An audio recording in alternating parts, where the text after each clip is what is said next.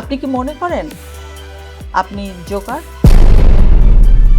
আপনি কি বিয়ে করবেন না?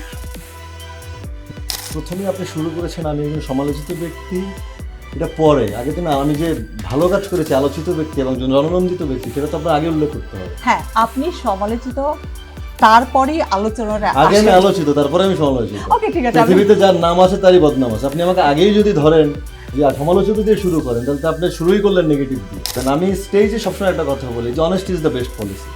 আমি অনেস্টির সাথে আমার কাজটা করে যাই, সেটাই কারো কারো কাছে ভালো লাগে, কারো কাছে ভালো লাগে না। যদি আমি এতই খারাপ হতাম, তাহলে আমি 17 বছর আমার কেরিয়ার আমি এভাবে টানতে পারতাম না। ফেসবুকের লোকদের চোখে এত খারাপ হলে শিল্পীরা 3-3 বার আমাকে ভোট দিয়ে শিল্পীদের সেক্রেটারি নির্বাচিত করতেন না। অফকোর্স। আমি নায়ক রাজ রাজ্জাক, ফারুক, ববিতা, সোহেল রানা এদের ভোটে নির্বাচিত সেক্রেটারি। কিন্তু আমি তারকাদের নামাজটা আমিও পড়ি, আমি কোরআন শরীফ পড়ি, আমি কোরআন শরীফ খতম পড়ছি, আমি মদ খাই না, সিগারেট খাই না। এগুলো কি ভাইরাল হয়? আমাকে এনেও তো আপনি আমাকে প্রথম শুরু করলেন সমালোচিত বিতর্কিত দিয়ে। তো আপনি তো আমাকে প্রথম বিতর্কিত করে দিলেন। আপনার একটা অনুষ্ঠান হচ্ছে রিসেন্টলি নিউ ইয়র্ক থেকে, রাইট?